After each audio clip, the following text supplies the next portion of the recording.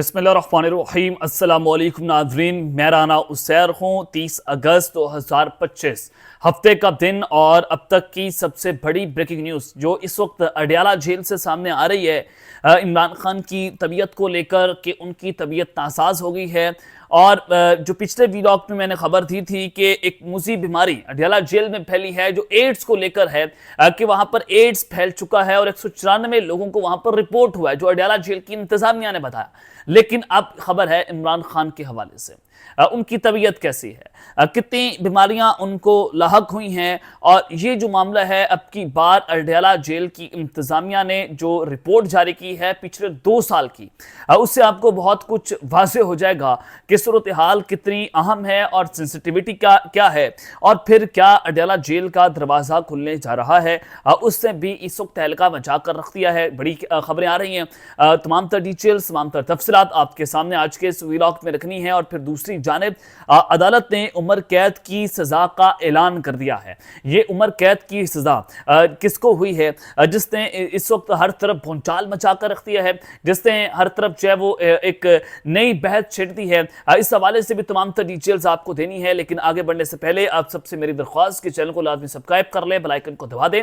आने वाली तमाम तर अपडेट्स आपकी खिदमत में बर वक्त पेश होती रहे। नाज़रीन, सबसे पहले तो सैलाब के हवाले से खबरें आपको देना चाहता हूं कि इस वक्त सैलाब ने पूरे पाकिस्तान को अपनी लपेट में लिया हुआ है। पंजाब, सिंध, बलोचिस्तान, KPK हर जगह के ऊपर तबाही फैली हुई है। अल्लाह ताला पाकिस्तान की हिफाजत करे। इस तरह से हर साल ये जो सैलाब आते हैं, इसका कुछ सद्देबाब करना होगा। ये नहीं हो सकता कि आप हर साल वहां पर जाएं, अपनी शूटिंग करें, अपनी तस्वीर बनाएं, अपने टिकटॉक्स बनाएं, अपनी वीडियोस बनाएं और जाकर घर जाकर आराम से बैठ जाएं और अपना इक़्तिदार जो है वो एंजॉय करें। ये हर आने वाली गवर्नमेंट ये काम करती है। लेकिन बात यह है कि हमने डैम्स नहीं बनाए, हमने उसका सद्देबाब नहीं किया, पानी को कैसे कंट्रोल करना है हमने उसको नहीं रोका। हमने दरिया के किनारे, हमने जो है वो रावी के किनारे हाउसिंग सोसाइटीज खोल दी, किसी को नहीं, हमने सिर्फ बनाने दी कि जनाब इसके ताल्लुकात बेहतर हैं, ये अच्छा है, ये तगड़ा है, इसको जनाब सोसाइटीज में बनाई दी जानी चाहिए, तो सोसाइटीज वहां पर बनाएगी। लेकिन अब आपने हाल देखा कि रावी ने वो जो कब्जे वाली जमीन थी वो वारगुजार कुला ली, वहां पर पानी ही पानी आ गया। अब खबर यह है कि एक तरफ तो ये सूरत हाल है, अब वज़ीर आज़म शहबाज शरीफ जो है वो चीन के दौरे पर वहां पर चाइना के पहुंच चुके हैं और SCO समिट का जो इजलास है वहां पर शिरकत करेंगे। ये बहुत इंपॉर्टेंट इजलास है जिसमें रशियन प्रेसिडेंट जो है वो भी वहां पर आएंगे। एक तरफ से सैलाब की सूरत हाल है। सवाल हो रहा है कि मियां शहबाज शरीफ साहब जो है, यानी कि वज़ीर आज़म जो है, वो इस सिचुएशन में जब पाकिस्तान में ये पानी ही पानी है, जब पाकिस्तान में वज़ीर आज़म की जरूरत है, तो वो चाइना क्यों गए। लेकिन बात यह है कि SCO समिट भी बहुत इंपॉर्टेंट इजलास है। वो अपनी काबीना के कुछ अहम लोगों के वज़रा हैं, उनके साथ गए हैं, लेकिन बाकी जो लोग हैं वो यहां पर ही मौजूद हैं, क्योंकि जहां पर तनकीद होनी चाहिए वहां पर जरूर करें आप। लेकिन ये जो SCO समिट का इजलास है ये इंटरनेशनली बहुत इंपॉर्टेंट है और यहां पर जाना पाकिस्तान को बहुत जरूरी था, ताकि पाकिस्तान अपना मौकफ जो है वो दुनिया के सामने रख सके। तो आज वो चाइना पहुंचे हैं और दफ्तर खारजा की जानिब से ये दौरा बताया जा रहा है कि उनका 30 अगस्त से 4 सितंबर तक दौरा होगा।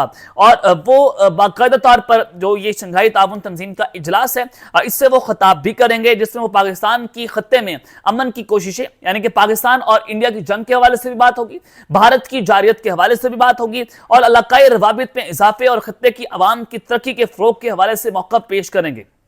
और इस हवाले से उनकी चीनी सदर शी जिनपिंग से भी मुलाकातें शेड्यूल हो चुकी हैं। उसके अलावा वो जो दूसरे अहम आलमी लीडर्स वहां पर आएंगे, उनके साथ भी मुलाकातें शेड्यूल की जा रही हैं। और वज़ीर आज़म मुमताज चीनी ताजरों और कॉर्पोरेट जो एग्जीक्यूटिव्स हैं उनसे भी मुलाकातें करेंगे, जिसमें तजारत, मईशत और सरमायाकारी के ऊपर जो है बात होगी। तो ये दौरा इस वजह से बहुत इंपॉर्टेंट है, उनका वहां पर बहुत पुरतपाक इस्तकबाल हुआ है पाकिस्तान के वज़ीर आज़म का। और फिर दूसरी जानिब जो सैलाब की सूरत हाल है कि लाहौर में मूसलाधार बारिश हुई है और बहुत खतरनाक बारिश हो रही है। और जिना हॉस्पिटल जो लाहौर का मशहूर जमाना हॉस्पिटल है, वहां पर की जो इमरजेंसी है वो पानी से भर गई है। बारिश के दौरान इमरजेंसी वार्ड की जो सीलिंग है उससे बारिश का जो टपके हैं वो गिरना शुरू हुए, जिसकी वजह से जो वहां पर मरीज हैं उनको परेशानी का सामना करना पड़ रहा है। वहां पर जो पानी है वो हॉस्पिटल्स के अंदर दाखिल होना शुरू हो चुका है।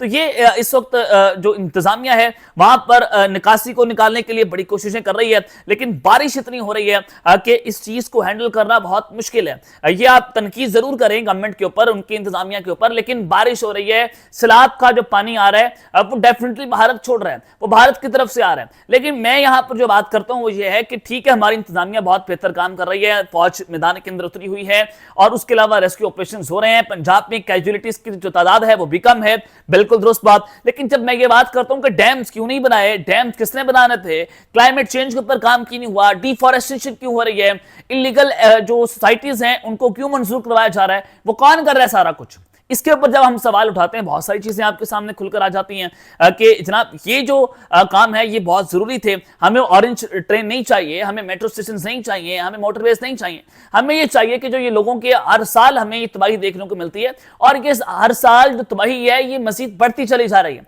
और रिपोर्ट्स के मुताबिक ये तबाही मजीद खतरनाक हद तक जाएगी। तो फिर ये सिचुएशन आप अंदाजा करें कि अब डैम्स जो है वक्त की जरूरत है, जिसके लिए अब हमें बैठना होगा, डैम्स बनाने होंगे और अगर आप डैम्स ना बनाएंगे तो सूरत हाल इतनी खतरनाक हो जाएगी कि आप इसका अंदाजा भी नहीं लगा सकते।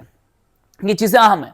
और फिर दूसरी जानिब जनाब, जब मैं आपको कह रहा हूं, पिछले वीडियो में मैं बताया कि अडयाला जेल में जो एड्स है वो फैलता जा रहा है, 194 के करीब जो सस्पेक्टेड केस हैं वो पकड़े गए। अब वहां पर जो ओवर क्राउडेड भी है अडयाला जेल और वहां पर जो कैदी हैं वो तादाद से ज्यादा हैं। अब बात यह थी, जब मैंने खबर आपको दी तो बहुत सारे लोगों ने नीचे गालियां देना शुरू कर दी, मैं कमेंट्स पढ़ रहा था। अब मुझे अंदाजा नहीं है कि आपके पास ये खबर पहुंचती नहीं है या आप पढ़ते नहीं हैं, आप सीधी सीधी गालियां जो है देना शुरू कर देते हैं, जो कि इंतहाई गलीज़ अमल है। आप अपनी राय का जरूर इजहार करें, लेकिन ये गालियां देने वाला कल्चर खत्म होना चाहिए। खबर आपके पास नहीं थी, खबर मैंने दी जनाब एड्स फैल रहा है, उसके बाद पूरा यूट्यूब जो है भर गया। मुनीर फारूक साहब ने इसको रिपोर्ट किया, उसके अलावा दीगर सहाफी जो है उसको रिपोर्ट करना शुरू हो गए। मंसूर अली खान साहब ने मेरी खबर के बाद रिपोर्ट किया कि एड्स वहां पर फैला है। अब बात यह है कि इमरान खान की सेहत के हवाले से खबरें आ रही थी, जो अलीमा खान ने भी कहा कि उनकी आंख जो है वो लाल हो गई है और उनको जो है वो कुछ इश्यूज आ रहे हैं आंख के हवाले से, तो जो शौकत खानों को डॉक्टर्स हैं उनको वहां पर जाना चाहिए, उनका मुआयना उनको करना चाहिए, खबर आ रही थी। अब ये जो बात है, जो एड्स है वो सेक्सुअल ट्रांसमिटेड डिजीज भी है, वो ब्लेड से भी फैलता है, बहुत खतरनाक मर्ज है, इससे बचना चाहिए। तो मैंने आपको बताया कि क्या इमरान खान वहां से मुंतकिल हो जाएंगे, क्या ये ग्राउंड सोनी तैयार किए जा रहे कि उनको वहां से मुंतकिल करना है, जिस तरह से पहले भी ये प्लेबुक दोहराई जाती रही है। खबर है जनाब अडयाला जेल से अब नई खबर आ रही है, क्या अडयाला जेल के दरवाजे जनाब खुलने जा रहे हैं, आप ये जरा सुन लें। इस वक्त जनाब जो अडयाला जेल के सुपरिटेंडेंट हैं उन्होंने इमरान खान की मेडिकल रिपोर्ट जो है वो अदालत के अंदर पेश कर दी। अब आप ये ना कहिएगा कोई कि हमने टीवी पर ये खबर नहीं देखी, भाई अदालत के अंदर ये रिपोर्ट पेश हुई है। दादा दहशतगर्दी की अदालत में जब ये रिपोर्ट पेश हुई और तिब्बी मुआयने के लिए अलीमा खान ने की जो दरख्वास्त थी उस पर समाअत हुई, तो उस हवाले से जनाब दौरान समाअत सुपरिटेंडेंट अडयाला जेल ने इमरान खान की मेडिकल रिपोर्ट अदालत के अंदर पेश कर दी और जेल इंतजामिया की रिपोर्ट में इमरान खान की 2 साल पर मुहित मेडिकल हिस्ट्री जो है वो भी शामिल है और जेल इंतजामिया के मुताबिक इमरान खान का डॉक्टरों की निगरानी में इलाज जारी है, उनका इलाज हो रहा है। दुरुस्त, ये बात बिल्कुल दुरुस्त खबर है कि इमरान खान को दांतों, कान, नाक, गले, आंखों और हड्डियों समेत कई तिब्बी शिकायत रही हैं, यानी कि उनको बहुत सारी बीमारियां हुई हैं पिछले 2 साल के अंदर, बहुत सारी शिकायत नहीं है। रिपोर्ट के मुताबिक जो माहिरीन अमराज चश्म है, यानी कि जो आंखों के डॉक्टर हैं, जो ऑर्थोपेडिक सर्जन हैं, जो ENT माहिरीन हैं, यानी कि ENT जो माहिरीन हैं ये नाक के हवाले से ज्यादा होते हैं और फिर जो ऑर्थोपेडिक सर्जन हैं ये हड्डियों के हवाले से, और इन्होंने मुतअद्दिद बार मुआयना भी किया इमरान खान का और उनका इलाज भी किया। जेल इंतजामिया की रिपोर्ट में बताया गया कि इमरान खान को कोलेस्ट्रोल की सतह भी उनकी बढ़ी थी। कोलेस्ट्रोल बहुत खतरनाक सूरत हाल, यानी कि जब कोलेस्ट्रोल आपका हद से ज्यादा बढ़ता है तो आपको दिल का अटैक होने का खतरा ज्यादा बढ़ जाता है और ये ब्लड वेसल्स जो है वो ब्लॉक होने का खतरा बढ़ जाता है। कोलेस्ट्रोल भी इमरान खान का बढ़ा, इमरान खान का कोलेस्ट्रोल की सतह बढ़ने का इलाज जारी है, अभी भी जारी है।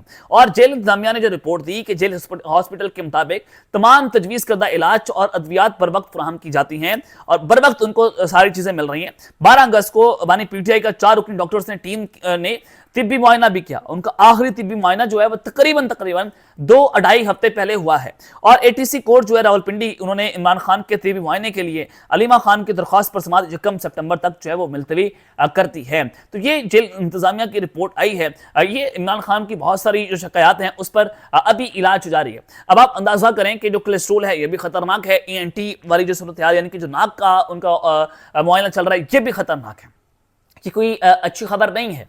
अडयाला से ये खबर आ रही है, अब क्या उनको अडयाला से कहीं और मुंतकिल किया जाएगा? अब उनकी आखिरी ट्वीट देखें, सबसे खतरनाक और सबसे जो जालिम ट्वीट थी वो उनकी आखिरी ट्वीट थी। और मेरा ये ख्याल है कि इस वक्त पॉलिटिकल टेम्परेचर कूल डाउन करने की जरूरत है। आप जब ये काम कर रहे हैं तो इसका अल्टीमेटली आप फायदा जो है वो आपके मुखालिफ उठा रहे हैं, वो बिल्कुल करीब हो रहे हैं, आप आइसोलेट हो गए हैं इस वक्त पाकिस्तान की पॉलिटिक्स के अंदर। पाकिस्तान तहरीक इंसाफ जो है वो बिल्कुल तौर पर दीवार से लगी हुई है। तो जब आप ये सारा आपको तो यहां पर थोड़ा सा पॉलिटिकल टेम्परेचर कम करने की चाहिए।